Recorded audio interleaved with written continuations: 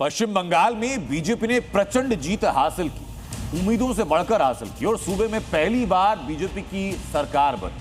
तो सवाल खड़ा यह होता है कि जीत के बाद बीजेपी बंगाल की कमान किसके हाथों में देगी और बंगाल के मुख्यमंत्री की कुर्सी पर अगला कौन सा चेहरा होगा। तारीख तय हो चुकी है, 9 मई बंगाल में शपथ ग्रहण समारोह होना है, लेकिन सीएम की शपथ कौन लेगा? दिल्ली से बंगाल तक इसी सवाल पर हलचल कैसी है, इस रिपोर्ट में दिखाते हैं।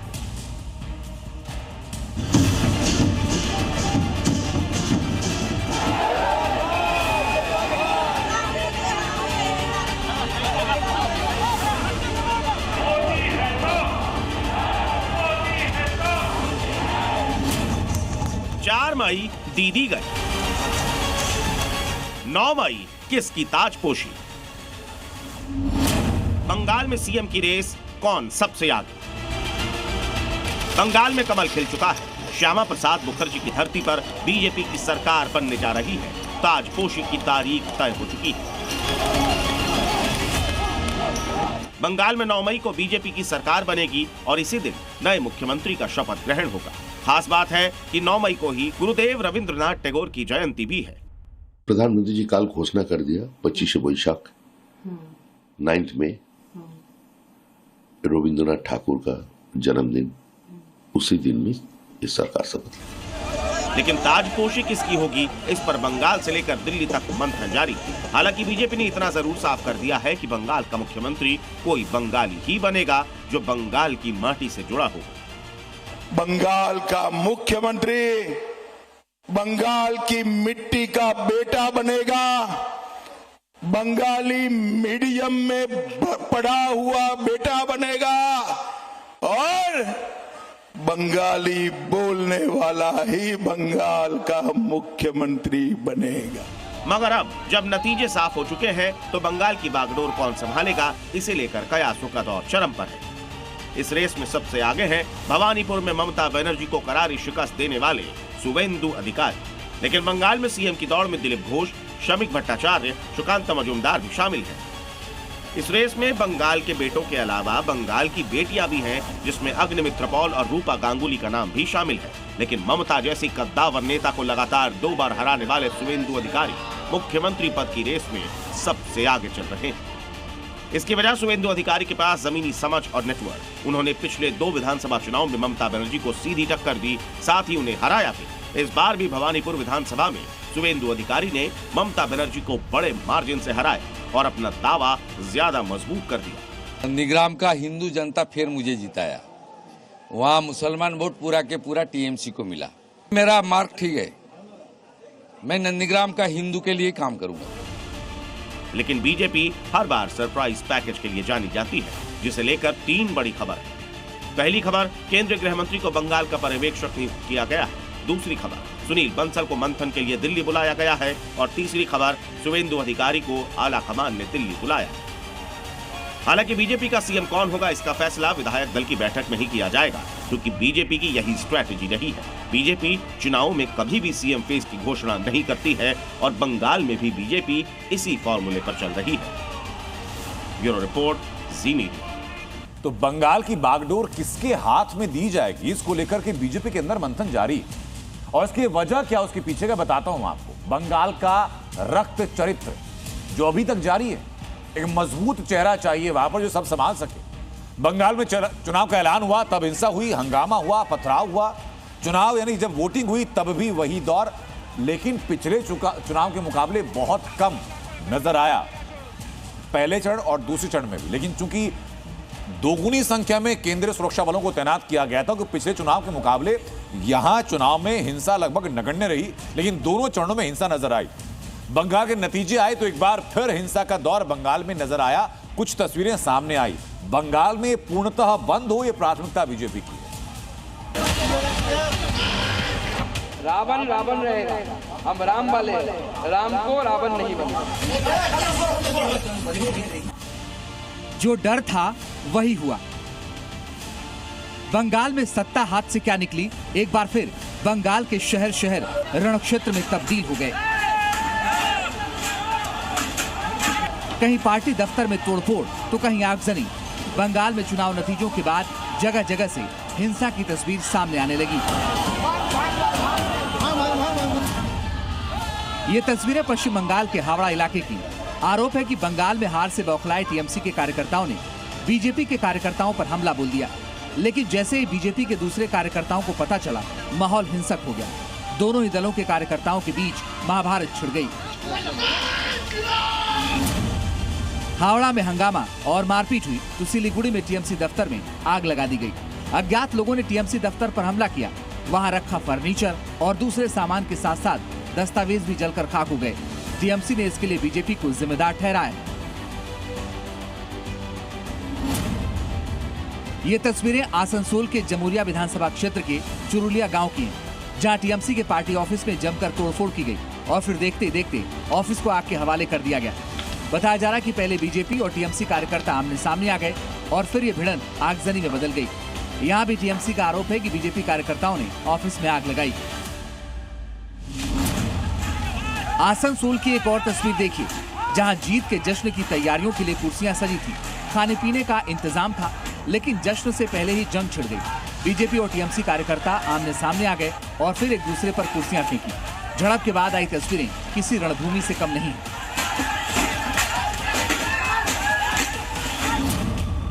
मुर्शिदाबाद का हाल भी कुछ अलग नहीं। यहाँ भी टीएमसी दफ्तर में तोड़फोड़ हुई, जिसका आरोप बीजेपी कार्यकर्ताओं पर लगाया गया। टीएमसी ने सोशल मीडिया पर वीडियो शेयर करते हुए लिखा कि सत्ता में आते ही हिंसा पर उतरी बीजेपी। पानीहाटी नगरपालिका के वार्ड नंबर 19 में भी बवाल की तस्वीरें देखने को मिली। कालीतला इलाके में मौजूद टीएमसी दफ्तर को ढहाकर जमींदोज किया गया। इस घटना के बाद इलाके में भारी पुलिस बल तैनात करना पड़ा। बंगाल में नतीजों के बाद बवाल के लिए टीएमसी ने बीजेपी पर निशाना साधा, तो बीजेपी इसे बदनाम करने की साजिश बता रही है। इस बीच बीजेपी नेता सुकांता मजूमदार ने बीजेपी कार्यकर्ताओं से संयम बरतने की अपील की है। बीजेपी को बीजेपी बने रहना है, टीएमसी नहीं बनना है। टीएमसी को लोगों ने रिजेक्ट किया, इसलिए टीएमसी जैसा आचरण मत करिए। हम जानते हैं आपके ऊपर लगातार अत्याचार हुआ है, 2018 से अत्याचार हुआ है, लेकिन धड़े धड़िए पुलिस उस पर कार्रवाई करेगी। हम टीएमसी के शूज में अपने पैर नहीं घुसा सकते। रावण रावण रहेगा, हम राम वाले हैं, राम को रावण नहीं बनना। जाहिर है बंगाल में सत्ता बदल चुकी है। बीजेपी ने चुनाव प्रचार में बार बार कहा है कि बंगाल में हिंसा और हंगामा करने वालों का हिसाब किया जाएगा। अब देखना होगा कि बीजेपी की सरकार बनने के बाद बंगाल के रक्त चरित्र में कितना बदलाव आता है। वरना 5 तारीख के बाद उल्टा लटका कर सीधा। ब्यूरो रिपोर्ट, जी मीडिया। एक तरफ बंगाल में चुनाव के बाद हिंसा भड़की, 2 जगहों से अलग अलग तस्वीर आई सामने। आसनसोल में सरकार के बनते ही सालों से बंद पड़ा मंदिर खोला गया। बाकायदा चुनाव की जीत के बाद मंदिर खुला, आतिशबाजी की गई, वहां पूजा पाठ भी आज से होने लगा। तो मस्जिद बाड़ी रोड का नाम बदल दिया गया। बीजेपी कार्यकर्ताओं ने इसका नाम अपने से ही बदल करके नेताजी पल्ली रोड कर दिया। ये कार्यकर्ताओं की मांग है, इसको सरकार कब अपनाएगी, यह सरकारी दस्तावेजों में कब बदला जाएगा, यह सवाल बना है। लेकिन सबसे बड़ा सवाल यह भी कि आखिर आसनसोल का मंदिर इतने सालों से बंद क्यों था। तो इसके पीछे के लिए आपको ये ग्राउंड रिपोर्ट देखनी है। तस्वीरें पश्चिम बंगाल के आसनसोल की, जहां सनातनी जय श्री राम का नारा लगा रहे हैं, आतिशबाजी कर रहे हैं, खुशी से नाच रहे हैं। इसकी वजह है एक ऐसे मंदिर का पुल जो पिछले 15 सालों से बंद पड़ा था। यह है आसनसोल के बास्टिन बाजार में बना दुर्गा मंदिर, वो मंदिर जो कि दुर्गा पूजन के लिए विख्यात बंगाल में 15 साल से बंद पड़ा था। लेकिन जैसे ही कल चुनाव में बंगाल में बदलाव आए, वैसे ही सबसे पहले इस बंद पड़े मंदिर के दरवाजे खोले। देखिए रहे श्री दुर्गा माता जो चैरिटेबल ट्रस्ट है, दुर्गा मंदिर बस्तिन बाजार आसनसोल, यही मंदिर ही बंद था। तृणमूल सरकार के बाद से ही ये मंदिर सिर्फ 3 पूजा के लिए ही खोला जाता था और 3 पूजा करने के लिए खोला जाता था, लेकिन डेली पूजा कोई कीमत पर कोई कर नहीं सकते थे। ट्रस्ट के जो सदस्य हैं उन्होंने कहा कि हाई कोर्ट ने ये बोला था कि मंदिर खुला रहेगा, मंदिर में पूजा कर सकते हैं, लेकिन पूजा करने नहीं दिया था, क्योंकि हाई कोर्ट का ऑर्डर भी ये जो प्रशासन है, जो डिस्ट्रिक्ट एडमिनिस्ट्रेशन है, ये लोग नहीं मानते रहे हैं। आप जब प्रधानमंत्री बोल के गए थे आसनसोल के मैदान में, तो इसको तो इम्प्लीमेंट करना ही पड़ेगा। बड़ी संख्या में लोग कल रात वहां इकट्ठा हुए और जय श्री राम के नारे लगाते हुए मंदिर को खोला गया। बहुत अच्छा है, सामाजिक सौहार्द बना रहे, कहीं कोई गड़बड़ नहीं हो। ये दुकानदार वो दुकानदार हम लोग आपस में मिलकर रहने वाले आदमी, यहाँ कोई झमेला झूठ झमेला नहीं हो। दिन बाद खुल रहा, अच्छा लग रहा हम लोग को कि मंदिर खुल रहा। मंदिर के खुलते ही बड़ी संख्या में श्रद्धालु वहां पहुंचने लगे। लोगों ने पूजा अर्चना की, मां दुर्गा के जयकारे लगाए और इस अवसर को एक उत्सव की तरह मनाया। दरअसल ये मंदिर दुर्गा माता चैरिटेबल ट्रस्ट का संचालित मंदिर, जो बास्टिन बाजार में ये मंदिर करीब 2011 के बाद ज्यादातर समय बंद रखा गया। सिर्फ दुर्गा पूजा और लक्ष्मी पूजा जैसे त्योहारों पर ही थोड़ी देर के लिए खोला जाता था। स्थानीय सांप्रदायिक तनाव और दो समुदायों के बीच विवाद की वजह से प्रशासन ने इसे बंद रखने का फैसला किया। इससे श्रद्धालुओं को काफी परेशानी होती थी और वे लंबे समय से मंदिर को पूरे साल खोलने की मांग कर रहे थे।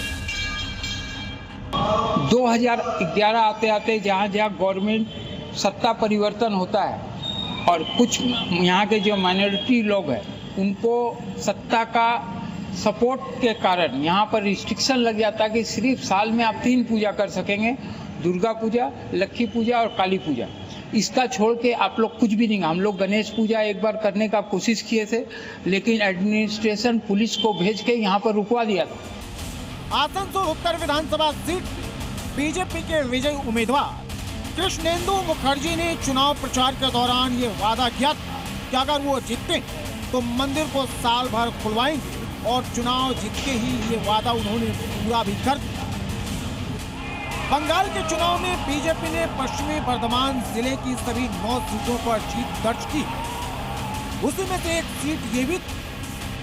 पश्चिम बंगाल के नतीजों ने देश की राजनीति में भगवा और हिंदुत्व की ताकत को नई मजबूती दी, साथ ही बंगाल में हिंदुओं को नई उम्मीद से भर दिया। पश्चिम बंगाल का मुर्शिदाबाद और मालदा, जिसका इतिहास सांप्रदायिक तनाव और दंगों की कड़वाहट से भरा है, अब उन इलाकों के हिंदू बीजेपी की सरकार बनने के बाद बेहद खुश हैं और ममता के जंगल राज से मुक्ति का जश्न मना रहे हैं।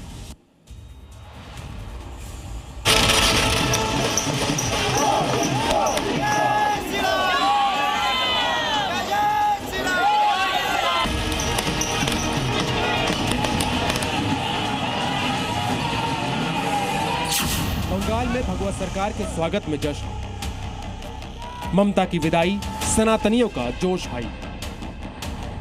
बंगाल हुआ भगवा, अब हिंदुओं को डर कैसा। पश्चिम बंगाल में बीजेपी के उदय और 15 साल से चल रही ममता सरकार के अस्त के बाद जश्न का माहौल है। मुस्लिम तुष्टीकरण और हिंदू विरोधी आरोपों से घिरी ममता सरकार की विदाई के बाद पश्चिम बंगाल के उन मुस्लिम बहुल इलाकों में हिंदुओं का जोश हाई है, जिन्होंने टीएमसी राज में दंगों का दंश झेला और अपना बहुत कुछ खोया। 70% मुस्लिम आबादी वाला मुर्शिदाबाद पिछले साल हुए दंगों का एपिसेंटर था। पिछले कुछ सालों में यहाँ हिंसा की खबरों ने सुर्खियां बटोरी थी, लेकिन इस चुनाव में जनता ने दंगों की राजनीति को नकारते हुए शांति और सुरक्षा का मार्ग चुना और मुर्शिदाबाद के हिंदू बीजेपी की जीत से बेहद खुश हैं।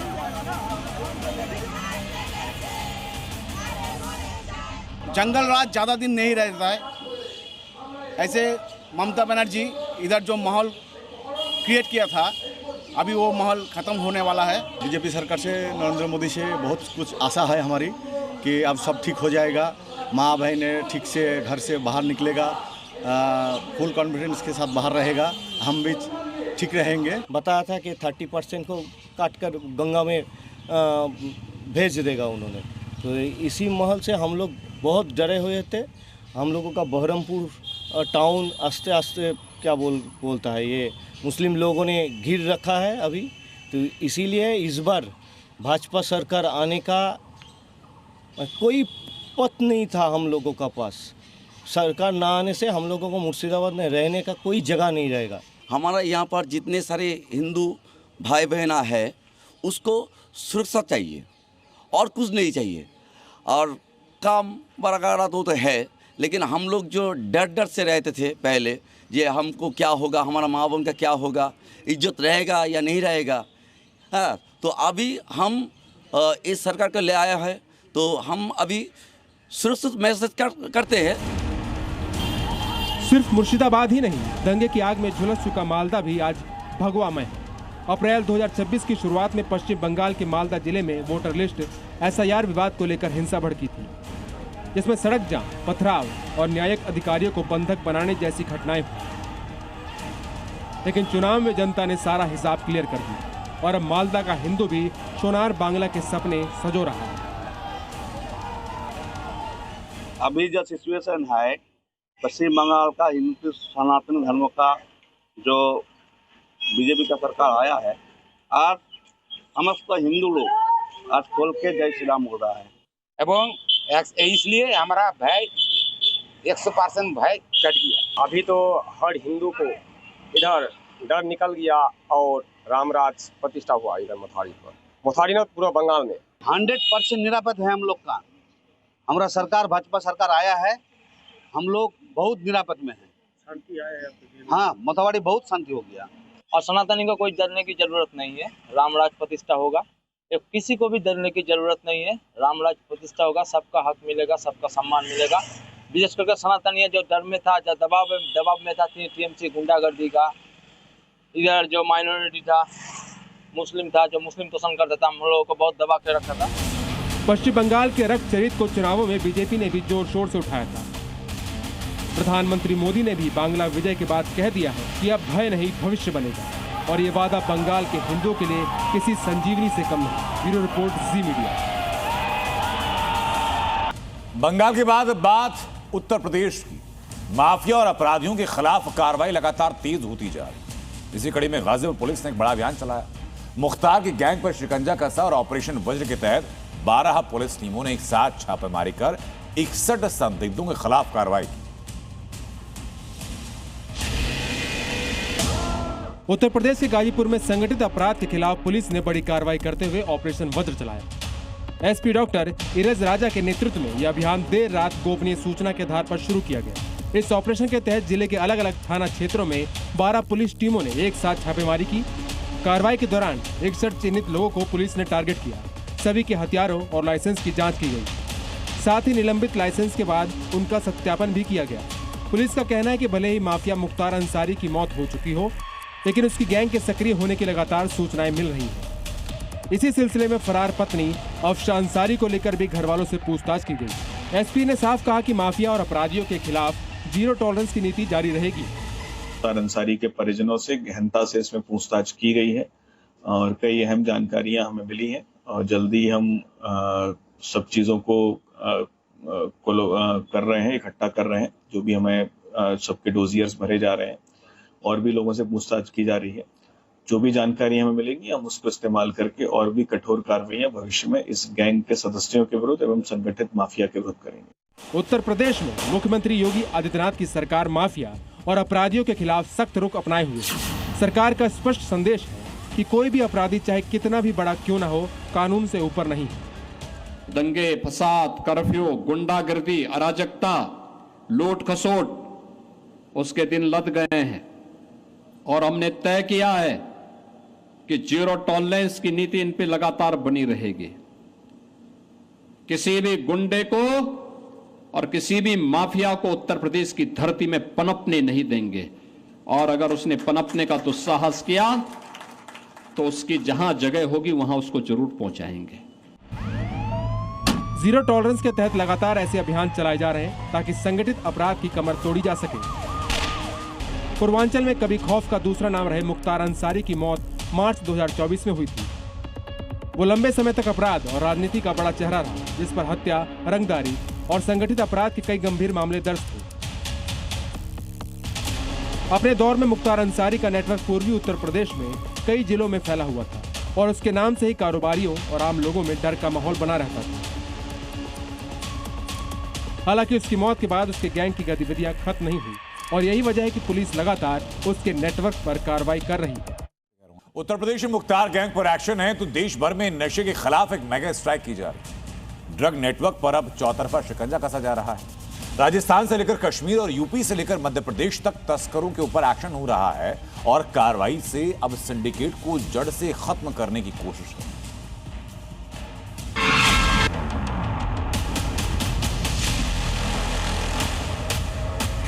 पांच राज्य, 6 शहर, नशा माफिया पर स्ट्राइक।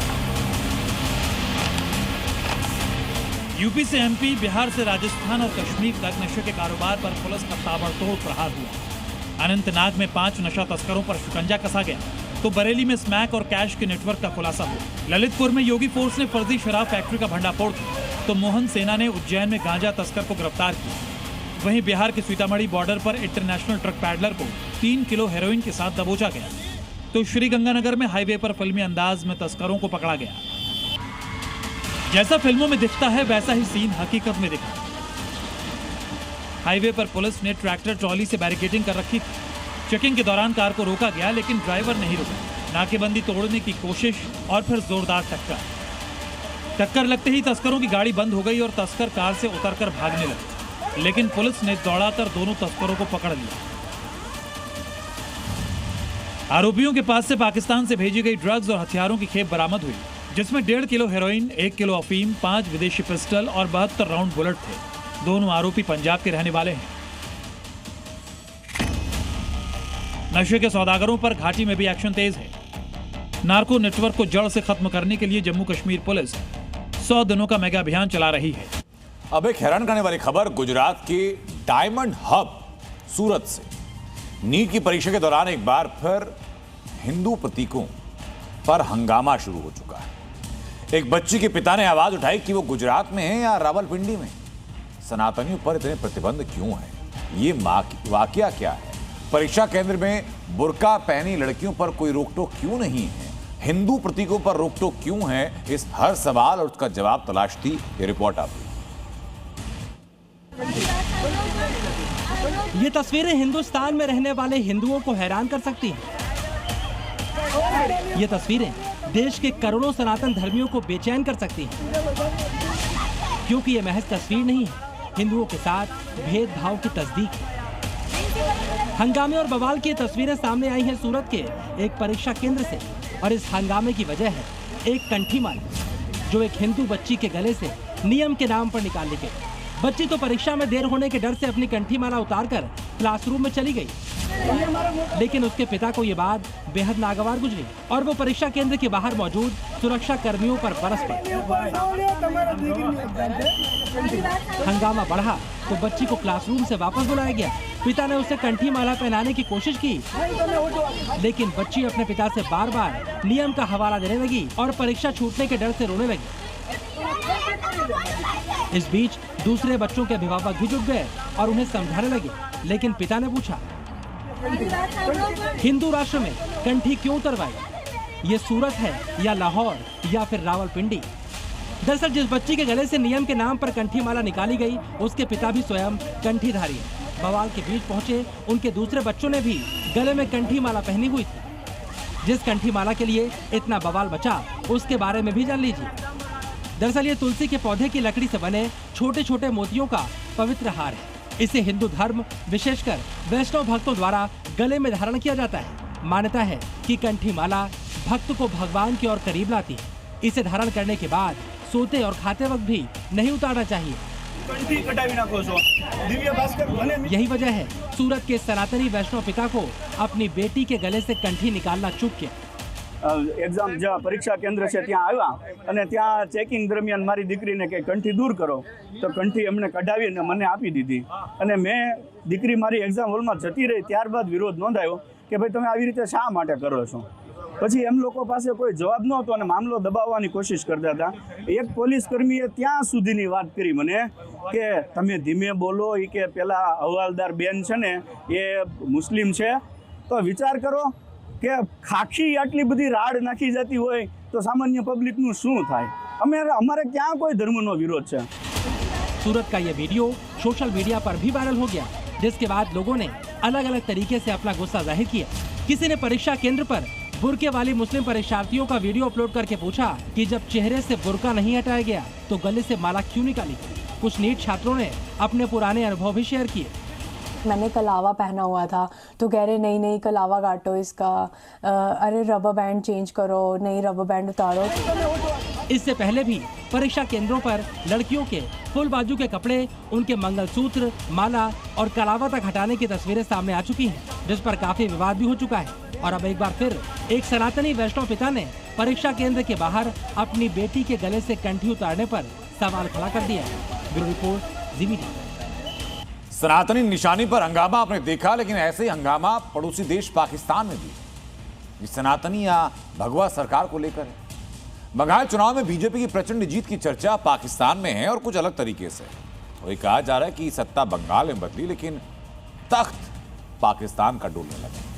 बंगाल में बीजेपी की प्रचंड जीत का धक्का कुछ ऐसा लगा है पाकिस्तान को।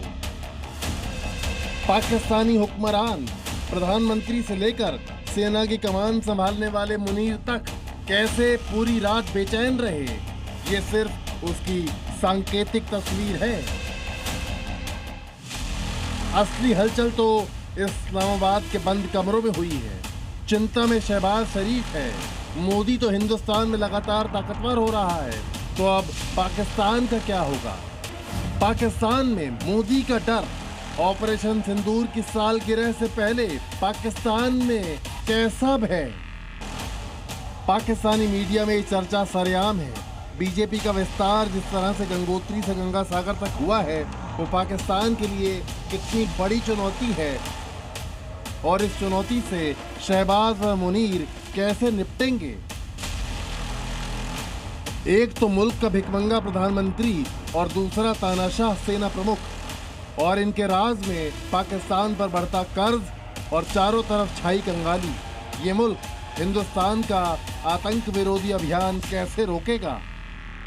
अमरीक जिया जैसे सीनियर जर्नलिस्ट बंगाल में बीजेपी की जीत को पाकिस्तान के लिए खतरा बता रहे हैं। 4 मई के दिन पाकिस्तानी टीवी पर जितनी भी डिबेट हुई, उसमें आमिर जैसे सीनियर जर्नलिस्ट और डिफेंस एक्सपर्ट पाकिस्तान की चिंता सरेआम साझा करते नजर आए। राजनीतिक हिंसा की वजह से न जाने कितनी जिंदगियां बर्बाद हो चुकी है। मेरा स्पष्ट मानना है कि आज से बंगाल की चुनावी जो आदतें फैली हुई है, उसमें बदलाव आना चाहिए। आज जब भाजपा जीती है तो बदला नहीं, बदलाव की बात होनी चाहिए। बंगाल में प्रचंड जीत के बाद प्रधानमंत्री मोदी ने बदला नहीं, बदलाव स्वीकार करने की बात की, लेकिन वहां पाकिस्तान में मुनीर और शहबाज को अपनी सत्ता डोलती दिख रही है। इसके कारणों का हिंट आमिर जिया जैसे पत्रकारों ने बखूबी दे दिया। ऐसे टीवी डिबेट्स के बाद यह संदेश पूरे पाकिस्तान में फैल चुका है। खौफ इसलिए भी है कि ऑपरेशन सिंदूर की चोट आज भी पाकिस्तान भुलाए नहीं भूल रहा है। वो चोट इसी महीने में लगी थी, जिसकी सालगिरह अब आने वाली है। ब्यूरो रिपोर्ट, ज़ी मीडिया। पाकिस्तान से एक बार फिर षड्यंत्र की खबरें।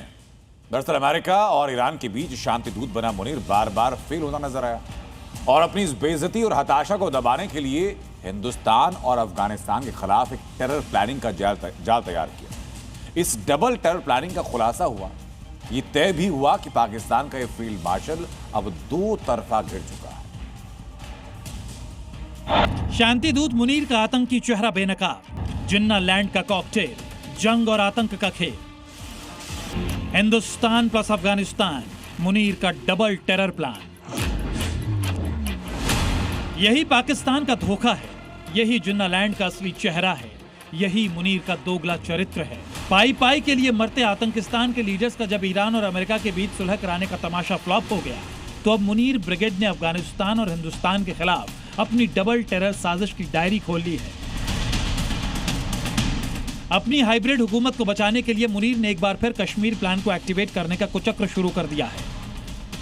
खबर है कि आसिम मुनीर जम्मू कश्मीर में एक बड़े आतंकी हमले की साजिश रच रहा है। इसका मकसद भारत को जवाबी कार्रवाई के लिए उकसाना और कश्मीर मुद्दे को अंतर्राष्ट्रीय स्तर पर उठाना है। खुफिया सूत्रों के मुताबिक पाकिस्तान कश्मीर में डबल टेरर टारगेट की तैयारी में है।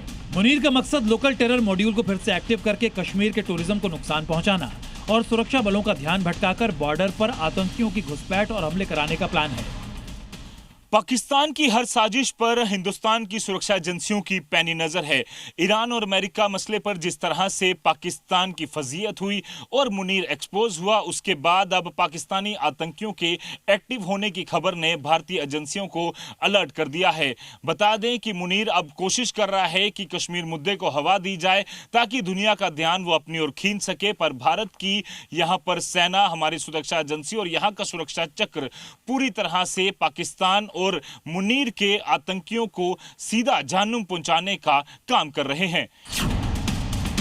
दूसरी तरफ मुनीर ट्रंप का फेवरेट गुलाम बनने के लिए अफगानिस्तान से दोबारा उलझने की तैयारी कर चुका है। पाकिस्तानी विदेश मंत्रालय की तरफ से कहा गया है कि अफगानिस्तान के साथ इस वक्त कोई सीज फायर लागू नहीं है। मार्च में ईद के त्योहार से पहले पाकिस्तान और अफगानिस्तान ने एक अस्थायी सीज फायर पर सहमति जताई थी। पाकिस्तान ने कहा था कि उसने सऊदी अरब, कतर और तुर्की के कहने पर लड़ाई रोकी थी, लेकिन मिडिल ईस्ट वॉर में अमेरिका और पाकिस्तान दोनों की फजीयत होने के बाद अफगानिस्तान एक बार फिर मुनीर के बारूदी निशाने पर है। दरअसल एशिया पर पकड़ बनाने के लिए अमेरिका दोबारा अफगानिस्तान पर अपना सैन्य ठिकाना बनाना चाहता है और इस बार उसने तालिबान के खिलाफ मुनीर को खड़ा कर रखा है। दुनिया जानती है कि अफगानिस्तान को साधने का सीधा मतलब है चीन और भारत जैसे ताकतवर देशों पर नजर रखी जा सकती है। अफगानिस्तान से ईरान, अजरबैजान, तुर्कमेनिस्तान और उज्बेकिस्तान पर कंट्रोल हो सकता है। अफगानिस्तान पाइपलाइन रूट के लिए प्रमुख स्थान है जो तेल और गैस से समृद्ध मध्य एशिया से दक्षिण एशिया तक कनेक्टिविटी को महत्वपूर्ण बनाता है। साथ ही ये देश कीमती धातुओं और खनिजों जैसे लिथियम, तांबा से भरपूर है, जिस पर चीन जैसी महाशक्तियों की भी नजर है। मुनीर की नापाक साजिशों के पीछे की वजह है उसकी हताशा, आवाम का बढ़ता गुस्सा और ट्रंप को खुश करने की कोशिश। दक्षिण एशिया में अमेरिका को मजबूत करने और अपने कटोरे में चंद डॉलर की भीख के लिए मुनीर हिंदुस्तान और अफगानिस्तान के साथ उलझने की भूल कर रहा है, जो न सिर्फ उसके लिए बल्कि पूरे पाकिस्तान के लिए भारी भूल साबित होगी। ब्यूरो रिपोर्ट, जी मीडिया।